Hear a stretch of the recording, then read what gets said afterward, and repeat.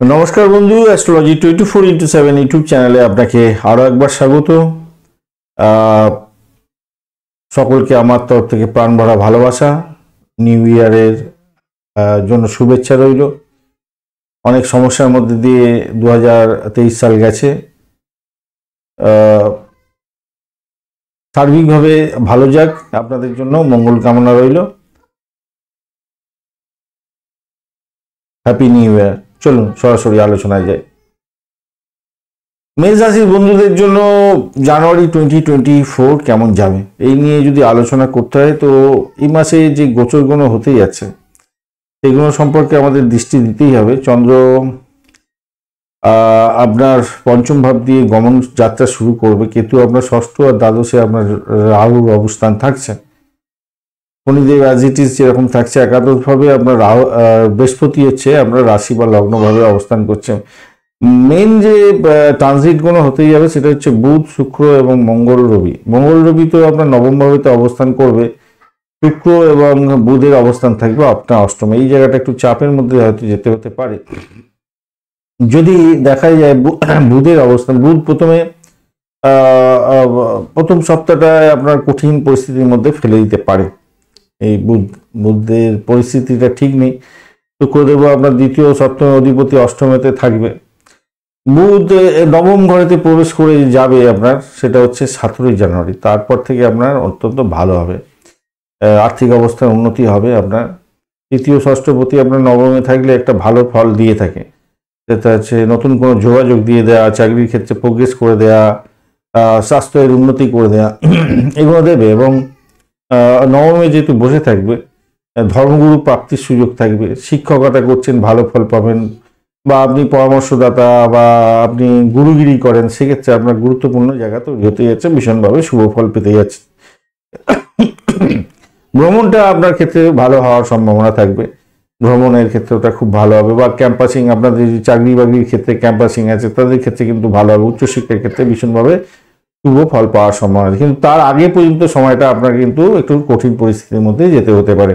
পেটের গন্ডগোল দেখা দিতে পারে, আর্থিক সমস্যা দিতে পারে, একটুখানি খেয়াল রেখে আপনাকে চলতে অনুরোধ করবো অষ্টমভাবে যখন থাকছে। এবং দাম্পত্য জীবন এবং ব্যবসা বাণিজ্যের জায়গাটাও, এটাও কিন্তু আপনার ওই যেহেতু শুক্র ওখানে অবস্থান করবে অষ্টম ভাবের মধ্যে, 18 তারিখে আপনার ধনু রাশিতে গমন করে যাবে। তার আগে পর্যন্ত সময়টা কিন্তু আপনাদের একটু সতর্ক থাকতে হবে, ভাষাকে নিয়ন্ত্রণ করতে হবে, নাহলে কিন্তু প্রবলেম হবে। সেকেন্ড হাফটা আপনাদের ক্ষেত্রে ভালো হতেই যাচ্ছে। আর শিক্ষা সংক্রান্ত ক্ষেত্রে তো উচ্চশিক্ষা ভালো হবে। প্রেমের জায়গাটাও খারাপ হতেই যাচ্ছে না, মোটের ওপরে ঠিকঠাক থাকবে, ভালোই হবে, প্রেমটা চলবে এই মাসটা ভালোই। এবং সন্তানের সুখে সুখী হতে যাচ্ছেন এই মাসটা, এটা কিন্তু আপনার হওয়ার সম্ভাবনা থাকছে, ভালো ফল পেতে যাচ্ছেন। আর রবিদেব আপনার 15 তারিখে মকর রাশিতে গমন করে যাবে।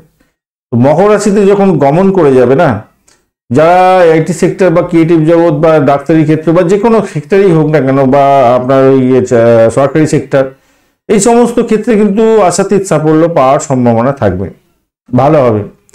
এবং কর্মকর্তাদের থেকে আপনার ভালো সাপোর্ট পাওয়ার সম্ভাবনা থাকবে। কর্মক্ষেত্রে খ্যাতি সম্মান এগুলো বৃদ্ধি পাওয়ার সম্ভাবনা থাকবে, ভালো হতে যাচ্ছে। সৃজনশীল ক্ষমতা যদি বৃদ্ধি করতে পারেন আপনার চাকরির জায়গাটা, আশাতীত সাফল্য আপনার পাওয়ার সম্ভাবনা এই মাসটা থাকবে। শুক্রদেব আপনার হচ্ছে 18 তারিখে ধনুরাশিতে গমন করে যাবে এবং দ্বিতীয় এবং সপ্তমপতি নবমে, দারুণ দুর্দান্ত জায়গা। এই 17 তারিখের পর থেকে আপনার, এই 18 তারিখের পর থেকে আপনার কিন্তু ব্যবসা বাণিজ্যের ক্ষেত্রটা অত্যন্ত ভালো হবে। দাম্পত্যের ক্ষেত্রে মিটিমিটি বাত হবে এবং আপনাদের কনসেপ্টের একটা চিন্তা ভাবনা করতে পারেন এবং পরিবার বৃদ্ধির যোগ থাকবে, সেক্ষেত্রে ভালো ফল পাবেন বলে আশা করছি ভালো হবে। এবং বুধের সঙ্গে সংযোগও তৈরি হচ্ছে, ভালো ফল পাবেন, খুব যে খারাপ তা না। আর প্রেমটা বিবাহের পরিণতির দিকে নিয়ে যেতে পারেন, এই মাসটা পজিটিভ জায়গা তৈরি হতে যাচ্ছে, খারাপ না, ভালো হবে। বিদেশে যারা চেষ্টা করছেন যে বিদেশে আমি পড়াশোনা করবো, বিদেশ যাত্রার ক্ষেত্রেও কিন্তু খারাপ নয়, খুব যে খারাপ তা নয়। শনিদেবের যে আপনার একাদশভাবে অবস্থান থাকছে, আপনাকে একটু সাফল্যটা দেবে, সাফল্যটা একটু পরিস্থিতি কঠিন পরিস্থিতি, কঠোর পরিশ্রম এই সমস্ত করেই আপনাকে সাফল্যটা দেবে আর কি। এই জায়গাটা পজিটিভ জায়গা তৈরি হতে যাচ্ছে। তারপর তো বৃহস্পতি মার্গের দিকে যাবে, খারাপ হবে না, তবে জানুয়ারি মাসটা সার্বিকভাবে ভালো হবে। রাহুর যে অবস্থান থাকছে দ্বাদশভাবে এবং ষষ্ঠে যে কেতুর অবস্থান আছে, ষষ্ঠে কেতুর অবস্থান অতটা খারাপ করবে না, কিন্তু রাহুর অবস্থান দ্বাদশে আছে বলে একটু খরচ খরচার দিকটা খেয়াল রাখতে হবে, শরীর স্বাস্থ্যের দিকটা একটু খেয়াল রাখতে হবে আর কি। কেন অষ্টম ভাবেতে বুধ এবং শুক্রের অবস্থান থাকলো, সেই সময়টা তো ফার্স্ট হাফটা তো আপনাকে একটু সতর্ক থাকতে হবে। কারণ প্রথমেই বলেছি পেটের গন্ডগোল হওয়ার সম্ভাবনা আছে, ইউরিনাল ট্র্যাক্টের কোনো প্রবলেম থাকলে ভালো করার ক্ষেত্রে সমস্যা হতে পারে, চামড়ার রোগের ক্ষেত্রে প্রবলেম হতে পারে এগুলো। আর যারা হচ্ছে গিয়ে নার্ভের সমস্যায় ভুগছেন তাদের ক্ষেত্রে সমস্যা হওয়ার সম্ভাবনা থাকবে।